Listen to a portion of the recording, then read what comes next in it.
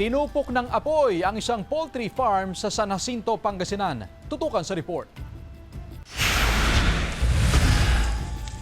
Halos nagliwanag ang kalangitan sa laki ng apoy na lumamon sa bahaging ito sa Barangay Makayug, San Jacinto, Pangasinan. Ang sunog, tanaw rin maging sa ibang bayan ng probinsya. Bandang alas 7 ng gabi nang magsimula ang sunog at tuluyang naapula, dakong alas 9 ng gabi. Ang sunog nagmula sa isang poultry farm sa nasabing barangay. Nagtungo ang news team sa lugar pero hindi kami pinayagang makapasok sa loob. Hindi rin nagpaunlak ng panayam ang may-ari ng manukan. Nagdulot daw ng takot sa mga residenteng nakatira malapit sa nasunog na poultry farm ang insidente kagabi. Talagang malaking apoy.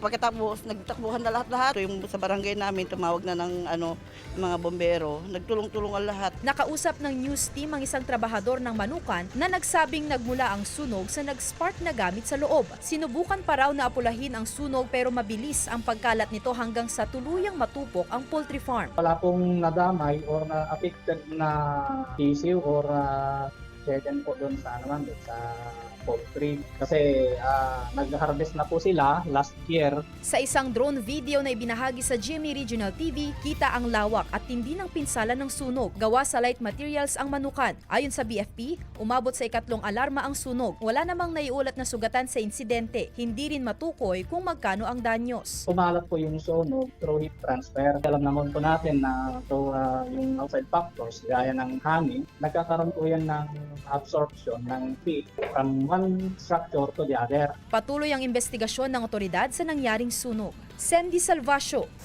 One North, Central Luzon.